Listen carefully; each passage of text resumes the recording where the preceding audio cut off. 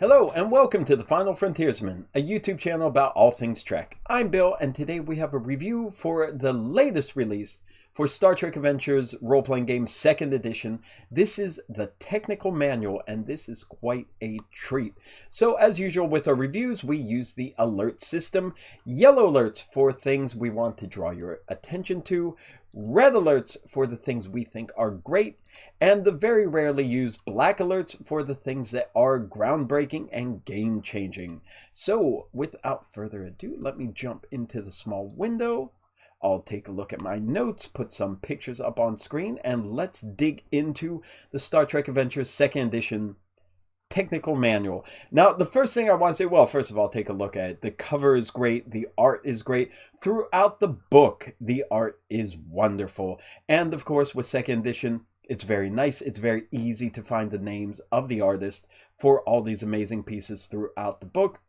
It's great. I love it. But the biggest thing I need to point out right away as we get started with this is this book it's a 2nd edition. It's the first official source book for 2nd edition, but as always, this is compatible with 1st edition Star Trek Adventures, as are all the books in 2nd edition, just minor tweaks needed. But I want to say I think this book is exceptionally usable for 1st edition. Not just that, this is also compatible with Captain's Log, the solo role-playing game, and this is also just a good source book for Star Trek fans. This is a good reference book, a resource book for Star Trek fans who are interested with in-universe information about the technology and the machinery and the starships and things that go on inside the Star Trek universe.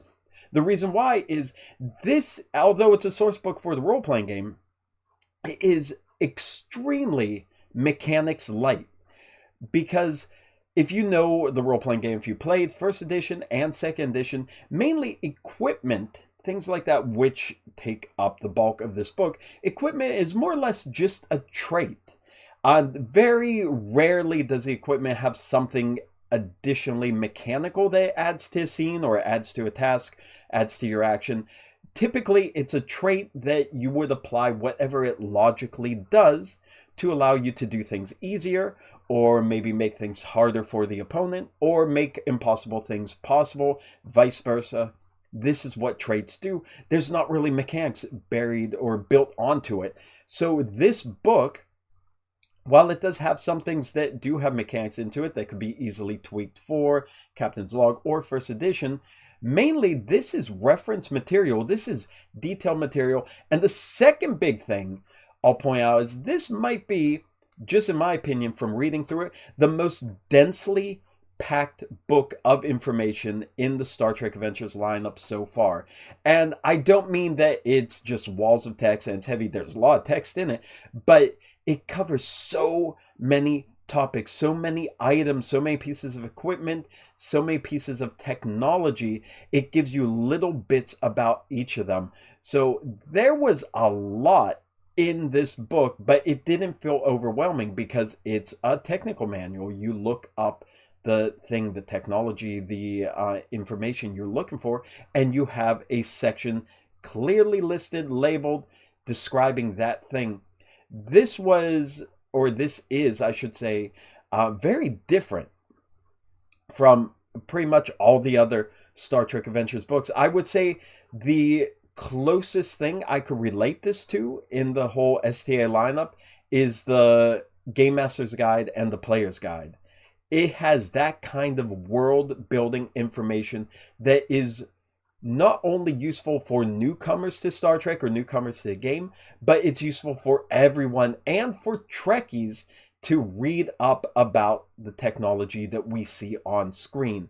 If you're a fan of any of those technical manuals from back in the day, or even Star Trek Encyclopedia, it's on that level. That's what's in the source book. So I'm going to try to get into it. Like I said, it's full of information. I could probably talk for well over an hour, and I pray to God I don't. But I'm going to try to get through all 8 chapters as quickly as possible. But just want to let you know, this is open to every version of Star Trek Adventures easily, as well as being a nice reference book for any Star Trek fan to read. So, immediately when you open the cover, the next thing that's going to grab you after the great cover art is, I love the interior sheet. Both in the front cover and the back cover, there are full-page splash images of a lot of the technology that's going to be talked about in this book, including tricorders throughout the years, medical tools, miscellaneous tools, pads, even mugs and cups of the future. It's really nice. The pictures are great. I love that look. So you'll see that as soon as you get into, and also, yeah, a whole thing in the back cover, I believe, is all weapons, like handheld weapons, phasers, melee weapons, that really great visuals once you open it. Going on. So this continues the same second edition style, where you have this core cast of characters they introduced in the main rulebook, the core rulebook, where they have little sidebars at the start of every chapter, where they add a little bit of flavor, introducing you to what you're going to find in the chapter and what it means in the universe. It's slightly fourth wall breaking at times, but that's the same pattern it follows throughout all the supplements so far and the core rulebook of second edition. So the first section, before you even get into chapter 1, is the introduction that's going to explain the things about the book. I know many people tend to skip over the introduction chapters and try to jump directly into the meat of things, but I am going to say this: yellow alert for the introduction. The reason why is the introduction, I think it does a very good job of not only telling you what's in the book, but it relates the technology that it is going to discuss, the whole book is going to discuss, it relates it to the modern world and how we see it, like the technology of Star Trek on TV and how it has inspired our own technology, which is now basically retroactively reflecting what we saw on Star Trek years ago. The reason why it's a yellow alert is I think this is great, especially for new players or new Trekkies getting into the system or just getting into the franchise at all.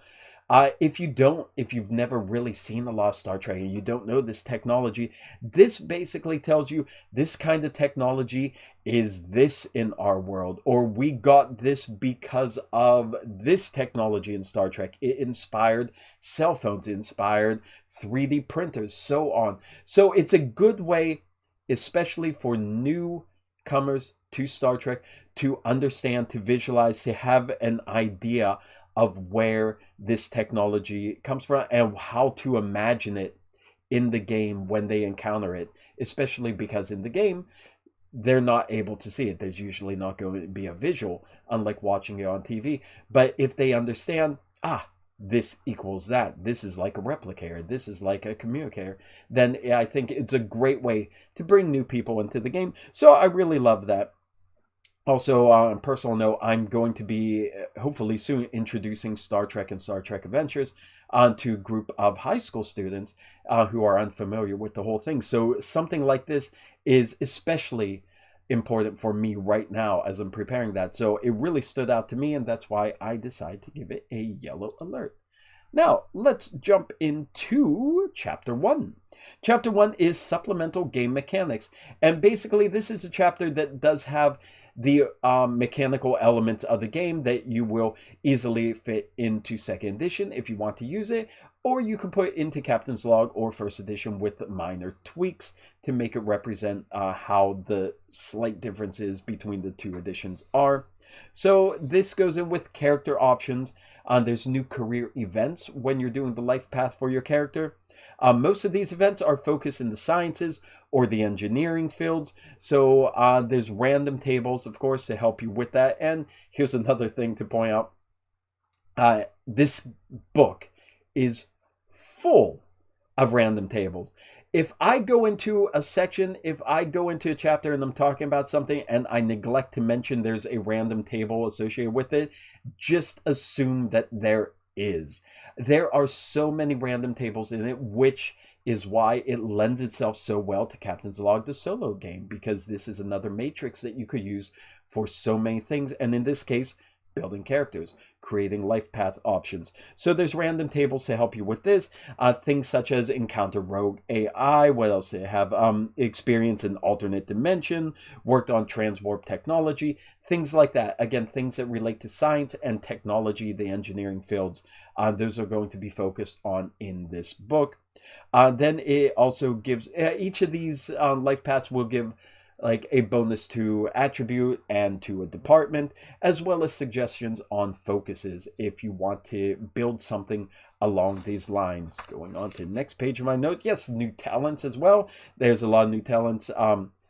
There's usually 2 for every little section it gives. Some of them have 3 new talents it has, but they have talents for augments and cybernetics. They have command, con, engineering, security, science, and medicine. So again, if you want something a little more technology focused as your talent, these are new. These are probably eventually going to be added to the online character creator, so you will be able to reference and use them as you're building characters there, which I always recommend doing. This also has Starship options. So new service records. The one that stood out for me that I really enjoyed was the Anomaly Magnet. That sounds like a ship that I would be serving on or would appear in a game I'm associated with, because bad things always seem to happen, or anomalies seem to find them all the time. There's new Starship talents, of course, and there's lots of mine-focused talents. Talents relating to mines, the warheads, the mines. And why is that? Black Alert. Yes, the rarely used Black Alert. The reason why this book introduces mines. This is, like I said, Black Alerts are for game-changing things. This is game-changing. This is now a 3rd weapon type.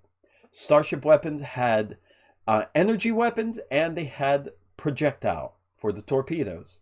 So energy or torpedo weapons, this is a new type of weapon, a 3rd type that is now available that you can add to starships with these mine-focused talents and the mine weapons. So there are 14 different types of mines introduced in this book. So it's not just like, oh, you have mines now. There are 14 varieties of mines. 3rd type of weaponry added for starships, and you get 14 varieties in it. This wasn't done with half measures here. Plus, it tells you how to apply previous weapon qualities to the mines. How they change the way the qualities will work, because mines, of course, are a very different type of weapon than energy and torpedoes. So some of those qualities have to have a little bit of a tweak. This explains how to do that.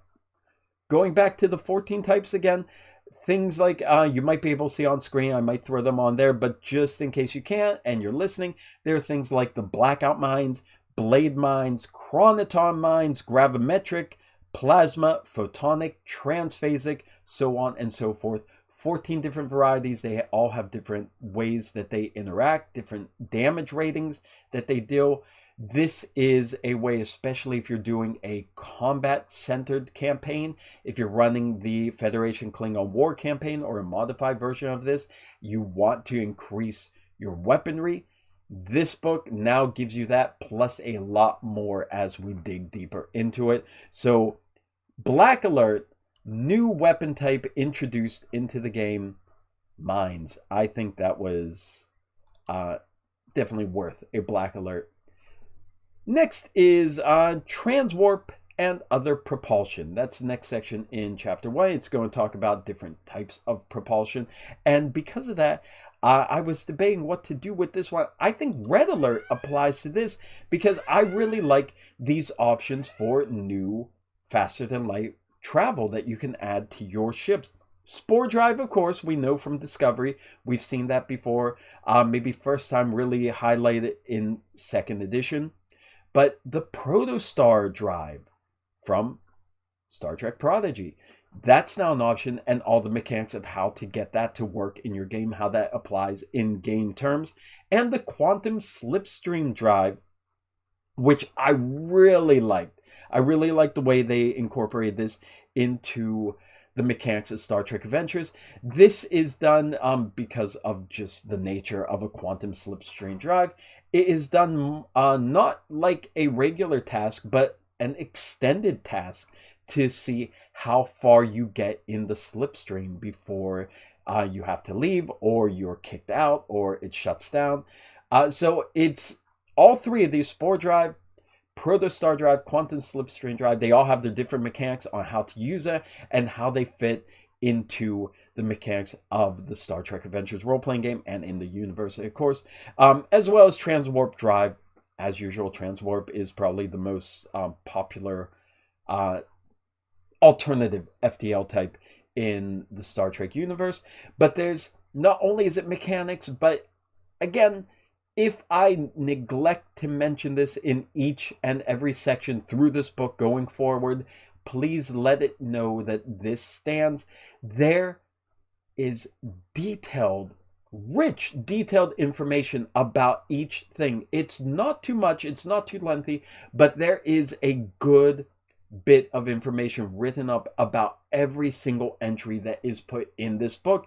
And of course, that applies here for the Protostar Drive, Transwarp Drive, Quantum Slipstream. It's going to explain what it is, what it does, and how to use it. That's why I said at the beginning, this book is so densely packed full of information. Every section you turn to, every little entry you find, it's not just telling you here's something to add to the game. It's teaching you what it is. It's living up to its name. It's a technical manual, and I am so digging this. I love this. Okay, stand down, Red Alert, because I'm just going to keep on gushing and rambling about every part unless I keep charging ahead. The next section is Advanced Technology, which is advice on dealing with equipment from the future. Like in Voyager, they encountered the, I believe, 29th century, where they got the technology for the mobile emitter for the Doctor. But not just future technology, but also outdated prehistoric or ancient technology too that they might come across. It has a section in here about what was it called? It's about innovation. And you know what? Yeah, I'm giving this a Red Alert too. Red Alert. The innovation that they have in here, this is almost like a new way of incorporating the scientific method from first edition. It kind of felt that way to me. It's played differently. It's different mechanics, but it had that feeling of you're thinking about, you're coming up with some new plan, some new technology, or you're exploring some new piece of technology you discovered. You're coming up with this plan, you're putting it into action. So you have your design, and then you take the design and you implement it into development. And then from development, you would lead into a prototype of this technology. So the rules in the description for this, it made me feel it's a better implemented version of the scientific method from first edition, which of course scientific method from there, it was a great idea. I really enjoyed it, but as you play the game, you see basically everything scientific method is could be handled by just an extended task or a gated challenge. It didn't really hold up on its own. This feels fresh, this feels new, and this feels like it's a way that you could get back that whole going to the drawing board, coming up with something original, seeing it through, testing it, putting it out there, and giving it a trial run. I really thought this was a great thing to add to the game and kind of bring back the exciting science-y feel that I had when I read about the scientific method in first edition. So I'm so happy they have something new like this to add to the game. Yeah, definitely Red Alert. So standing down, Red Alert. After that, yeah, I think that's the end of chapter 1, basically. Chapter 1, again, packed full of all that mechanical stuff. It introduces these new elements, and this is probably the only chapter, let me see, I'll have to look at my notes, but I'm pretty sure this is the only chapter that you will have to make some adjustments to if you want to port it over to first edition or Captain's Log. So next, chapter 2. Let's go into Chapter 2, and Chapter 2 is what? Standard equipment. So standard equipment is going to be, of course, just going through all the different kinds of equipment in Star Trek. And there's a detailed look of the equipment over time. So it covers the eras, so you'll get from the Enterprise era, usually all the way up to the 32nd century Discovery era.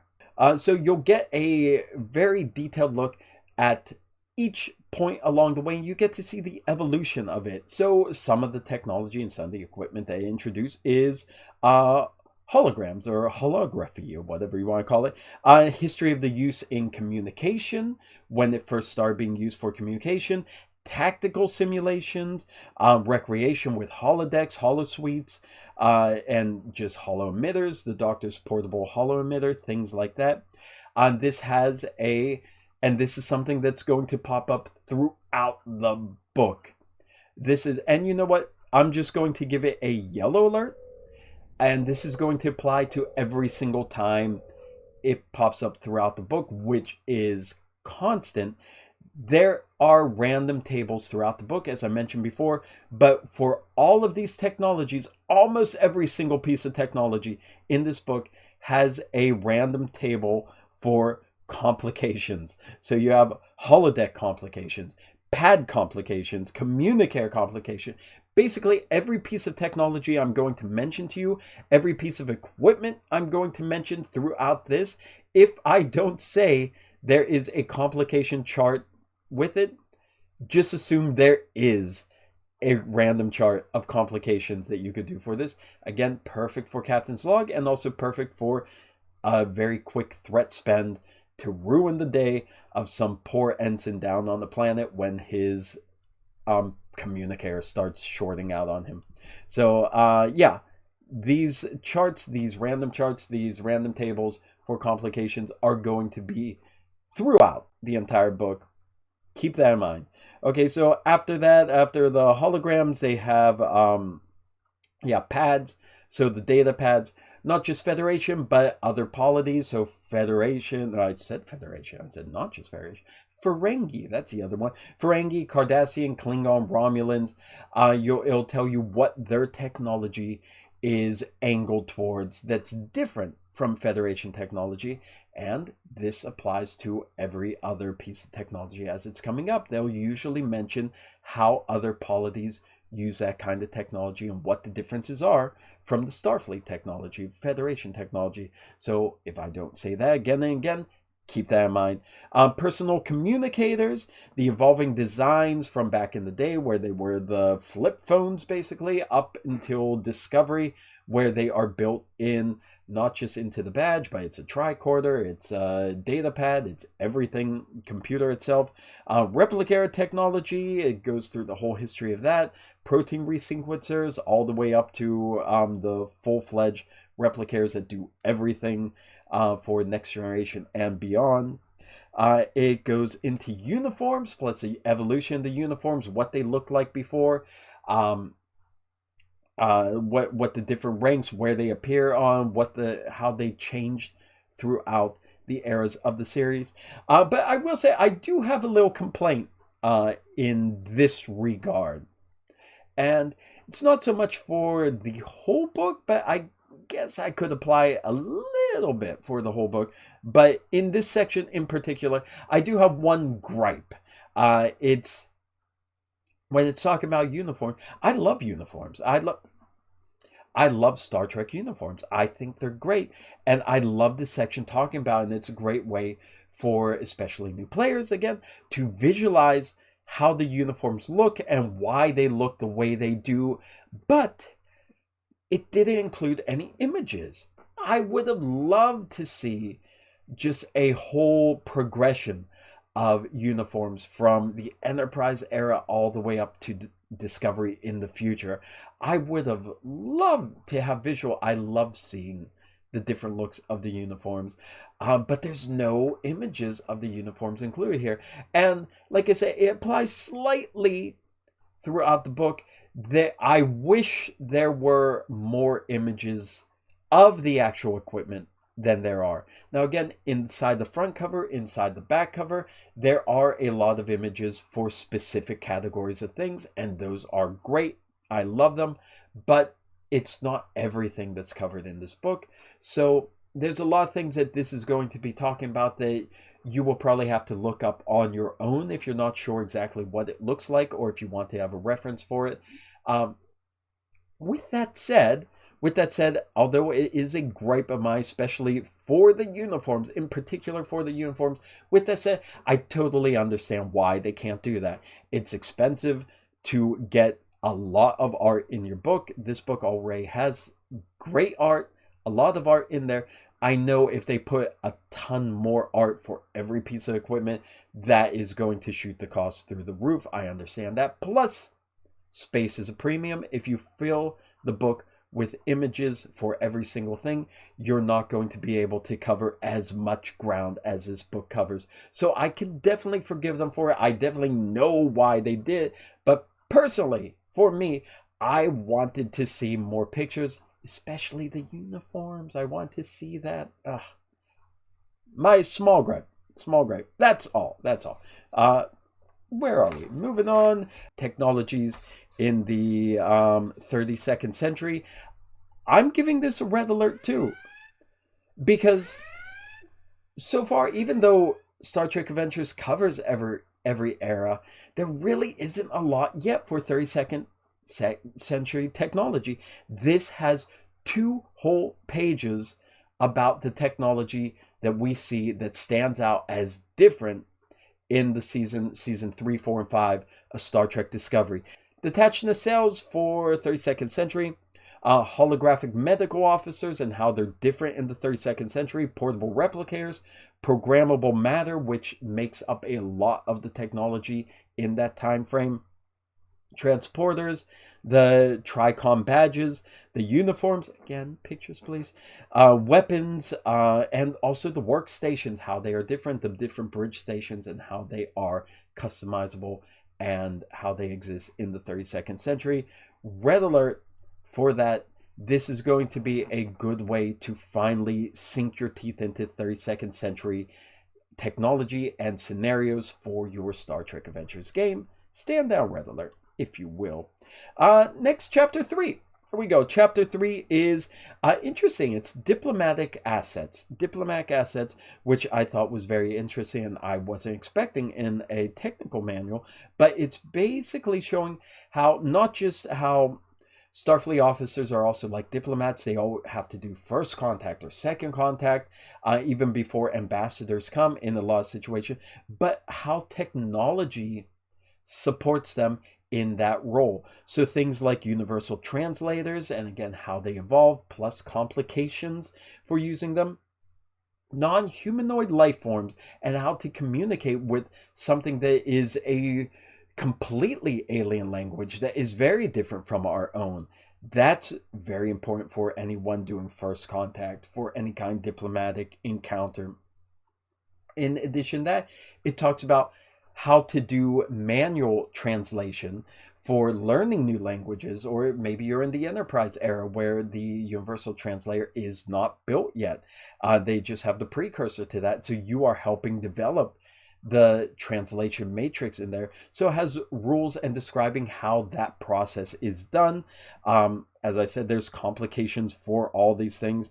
There's also a very nice sidebar about nonverbal communication, and a lot of people, I think, overlook the fact that communication is not just speaking. There's a lot of things like gestures, eye contact, and body language that help give off your meaning.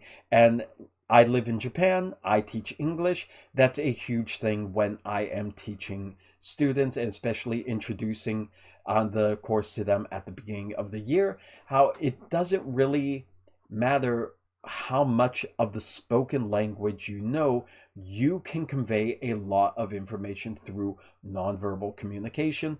So I'm glad that is pointed out in the book here as well. It also has a section about answering distress calls and planetary crises and how to incorporate that into your game, what that means. It even has, of course, a random table for planetary crises. Short jump through there. That is the diplomatic chapter. Chapter 4 is next. This is scientific equipment. Scientific equipment. So this is going to list entries and very good detail about all these pieces of equipment we hear throughout Star Trek. So great reference. If you're not sure what these things are, go to this chapter, take a look. Things like the chronometer, emergency transponders, exocomps, even isolinear optical storage devices, life support belts, which have appeared in the, I think, the Star Trek animated series supplement. What else? The pattern enhancers and telefocals are the highlighted pieces of equipment here. It then has a whole section on tricorders, very detailed section on tricorders. Again, their entire history, the evolution of them, what they do, and also tricores from the other polities, the Klingons, I keep saying Federation, that's the same one I'm talking. Ferengi, Cardassians, all the ones, and why their tricorders are different, what they are more calibrated towards. Great resource and just flavor information for your characters, for your campaign. That is what this whole book is flooded with. Going on to next page of notes. I have a lot of pages of notes I was just scribbling down as I go through here. Of course, there's going to be tricorder complications. Don't let me forget that. But I do want to point out, as I said, there's complication for anything, but the tricorder complication, there's one complication on the chart that just really spoke to me as a person, as a human, as somebody who rolls this complication in my daily life, not even playing the game. This complication says, the name of the complication, as you're rolling, what's wrong with my tricorder? The tricorder complication says, I can't figure out what's wrong with this damn thing. I think I say that more times every day than I say hello to people. I just thought that was funny. So sharing that with you, but the other complications are equally good. That just stood out to me. Put a smile on my face. It also has a section on away teams, advice for using sensors, and how not, as a GM, how to give information when your players do a sensors roll, because you have to be honest with it, but how to hold back something that might spoil the surprise or ruin the story or make things too easy and less exciting for the game. It gives you advice on how to do that, which I think is great, especially for new game masters who might panic and think, oh no, well, they rolled a success, I have to tell them the truth. This gives you advice on how, yes, you can give them the truth, but the key things that you need them to discover later, these are ways that you could hold it back without breaking the trust of what that success did. Really like that. They have random tables, of course, for internal and external sensors, why they may fail. It has a way team random table for encounters. It has another way team complications random table, always full of random tables. Then it has non-Federation signs. There's a very short section about signs that you see encountered in other species, such as the Borg, Cardassians, Dominion, Illyrians, Klingons, and Sicarians. And also a very nice section that I think this is something that game masters also struggle with a lot. Ethics and about taking new technology from other species, so taking alien technology. Sometimes a lot of players come in like, oh, that's cool, let me take it. Is that really appropriate for a Starfleet officer? Does that fit into the Prime Directive? There's a very nice section here describing that. That is Chapter 4. Chapter 5. Chapter 5 is medical technology. And oh, I've been thinking about this one. I've been struggling. Red alert. This entire chapter, red alert. entire chapter red alert. I was debating giving this a black alert. I don't think it quite applies for a black alert, but definitely red alert. Medical technology. This is probably the most intensive section about Star Trek medical technology, terminology, equipment, technology, everything in the entire lineup of Star Trek Adventures. And I don't even know if there's like a reference book or resource book or something just in general in Star Trek that has this much information about everything medical collected in one place that's easy to access. This talks about sick bays and infirmaries, so you'll talk about biobeds, you'll talk about the autosuture, cortical inhibitor, cortical stimulator, cytoplasmic stimulator, dermal stimulator, so many things. I could just keep reading this list. This list is huge. The medical shotgun from Lower Decks. I believe it was also in the Lower Decks guide, but now second edition. Basically, where we have everything. Sonic separator, vascular regenerator. I have a giant list. Some of them also, of course, complication table that you could have. Random roll for here. But double red alert. Hit me one more time with that red alert. The medical treatments, drugs and treatments for this. Oh my goodness, I don't know how many times in games we're like struggling to think like, oh, what does the doctor say? What does the CMO say to treat this, to do this?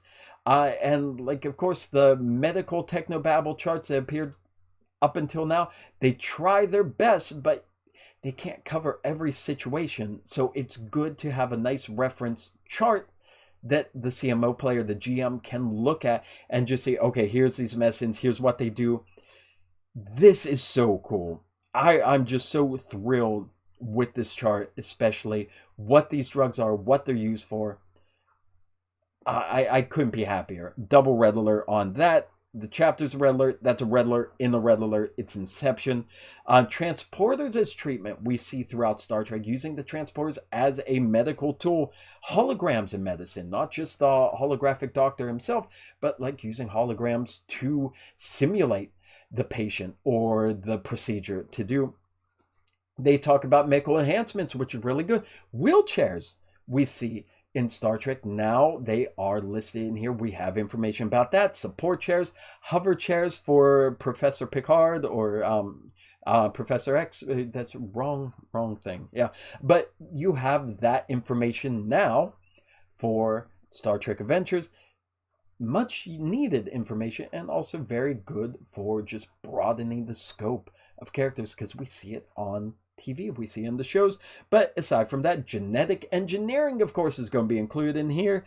Genetic replicators, enhancements and augments, that type of thing. And of course, cybernetics, we see that a lot, especially now with Lower Decks and Prodigy. We see a lot about types of implants, and there's a huge list of implants that I'm not going to go down and read to you as well. It's located in here. This chapter is just so good, and it's so much of what I've been looking for medical officers, for just the medical department in Star Trek Adventures games. As much as I prepare for a lot of things, sometimes random things happen in the game and I'm like, oh, I do not know enough about medicine to pull this out. Love this chapter. Could have given it, maybe should have given it a black alert, but definitely earns a very strong red alert. Chapter 6, going into engineering technology. So we had the medical version. This is now the engineering version, basically, of what we just saw in Chapter 5. So it starts with Engineering 101. It says there's two branches of engineering. It talks about mechanical engineering and digital engineering. So mechanical engineering are the things like the actual physical items, the physical machines that you are dealing with. It describes diagnostic levels that you would apply when you are like what each of them, and this was in the earlier book as well, but what type 1, type 2, type 3, all the way type 5 diagnostic is when you run it on the machines. It has, I thought it was very cool, a sidebar about operating the transporter, a 5-step procedure of what to do when you're operating the transporter. I mean, it goes into this level of detail. That's what I'm talking about with this book as a technical manual. So it takes you step by step how to run the transporter. Of course, transporter complications. There's poor people in Star Trek the Motion Picture. Turbolifts, of course, complications for turbolifts. Digital engineering will then go into things like the computer core, computer memory, what else? Isolinear chips and other optical data networks. And I gotta give this another red alert. The engineering toolbox. This section here, this is similar to the previous chapter, the medical one. This is all the specific engineering tools that you see in Star Trek, and it explains what it is, what it does.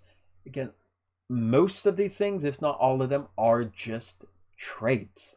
So not anything mechanical to think about, to work and apply, but you need to know what these things do so you know how the trait helps you in the scene. And this section will give you a wealth of tools to pull from this toolbox. Just taking a look at the huge list I have here. Dualytic converter, flux coupler, ionic flow regulator, magnetic probe, self-sealing stem bolts. Always a fan favorite. Trident scanner. So many things in here, and it tells you what it is, what it does. So you know when you have that trait, that equipment trait, you know how to use it and how to apply it to the scene. Amazing. The last 2 chapters, 5 and 6, by far my favorite. I love this whole book. 5 and 6, oh, that got my blood going. Stand down, red alert. Chapter 7, we're almost finished. Chapter 7 is weapons and tactical gear. As I mentioned when we did the mines, this book gives you a lot more to sink your teeth into if you're doing a tactical campaign, if you're doing a combat heavy campaign. And here we go. This gives you some more options in chapter 7. The section, the armory, talks about melee weapons. It's going to go through melee weapons of the Klingon Empire. It's going to talk about like a Batleth. It's going to talk the Makleth. It's going to have all entries for those melee weapons. Romulan Empire weapons. Other worlds like the Andorian, was it Ushan Tor, I believe it's called, Hirogen Scythe. Do I have in my notes Jem'Hadar weapons, Vulcan Lirpa, and of course complications for using melee weapons as well. As I said, even if I forget to mention it, imagine that there's going to be a complications chart included with every section here. I'm going to give, you know what, I have in my notes here, this kind of checked out here, so I'm going to give this a yellow alert. It goes into the phasers, and there are literally over 3 pages of phasers. Like, not just 3-page write-up of like phaser. It's like this type of phaser from this era. Here's a write-up. This next type of phaser. This next type. This type. This type. This type. If you wanted to customize exactly the kind of armaments your characters have, this is just telling you, like, okay, pick one. Which one do you want? It's like the scene from The Matrix when all the weapons go flying by and they have their choice to take whatever they want to arm up with. This is 3 pages crammed full of different phasers and explaining what they are. It is astounding. It is crazy, the level of detail put into here. That's why I think it gets a yellow alert. I had it standing out here because I'm reading like, oh wow, that's cool, that's cool. Next page, like, this isn't finishing. There are a lot of phasers, and they have a lot to say about them too. That was really cool. Lots and lots of phasers. Oops, all phasers. So that was nice. But not only that, but also allied polities, their energy weapons as well. Klingon energy weapons. Of course, there's going to be complication tables for everything, for all these things. And there's also tactical gear. There's a section on that. So using body armor and explaining where you see it in Star Trek and also how to use it in your game. That is a tactical chapter. And we have one last chapter to go. Chapter 8. Starship Technologies. Starship Technologies. This goes into, of course, all the technology that is built into a starship. So let's take a look. It starts off with a section on offensive systems and weapons, which includes shields, and it includes non-Federation types of shields too. So very different types of shields that might pop up. Complications chart as well if you want complication pop up. Navigational deflector with the complication table, of course. Energy weapons systems, torpedo weapons, complications for everything, complications for everyone. Propulsion technologies as well. Sublate propulsions, reaction control systems, impulse drive, warp drives, and other FTL drives, which again is very good. So propulsion that uses non-Federation technology or non-Federation power. Then, of course, everything I listed there are separate complication tables for all of them. And last, it has a section on other ship systems, such as artificial gravities, inertial dampers, communications, life supports, and sensors. And also a sidebar, I believe it was a sidebar, of different types of sensors, like different, not just the usual sensors, just scanning things there, but like temporal sensors, like some really interesting out there piece of technology. So a variety of sensors that you could use. And guess what? You're not going to believe this. Complications tables for every single thing I just listed there. And that is the end of chapter 8, and that is the end of the book. Let me get back into the large window. This book is full of information, and for someone like me, like a Trekkie that loves reference books and material, I have the old Star Trek encyclopedia on my shelves. I love flipping through that. I love the older Star Trek Adventures source books that have information on the technology, on the world, on the societies, things like that. Reference material is my thing. I'm not big on mechanics, which is one of the reasons why Star Trek Adventures is just perfect for me, and I think perfect for Star Trek too.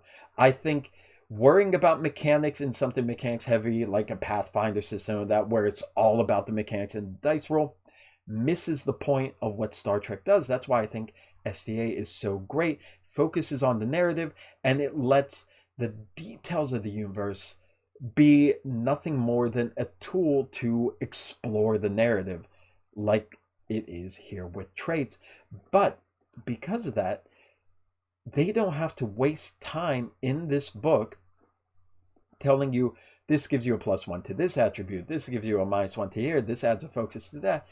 You don't have to worry about that. They can devote every inch of page space into explaining what this technology is, how it came about, how it evolved, how it's used, and how, most importantly, it can go horribly wrong for you.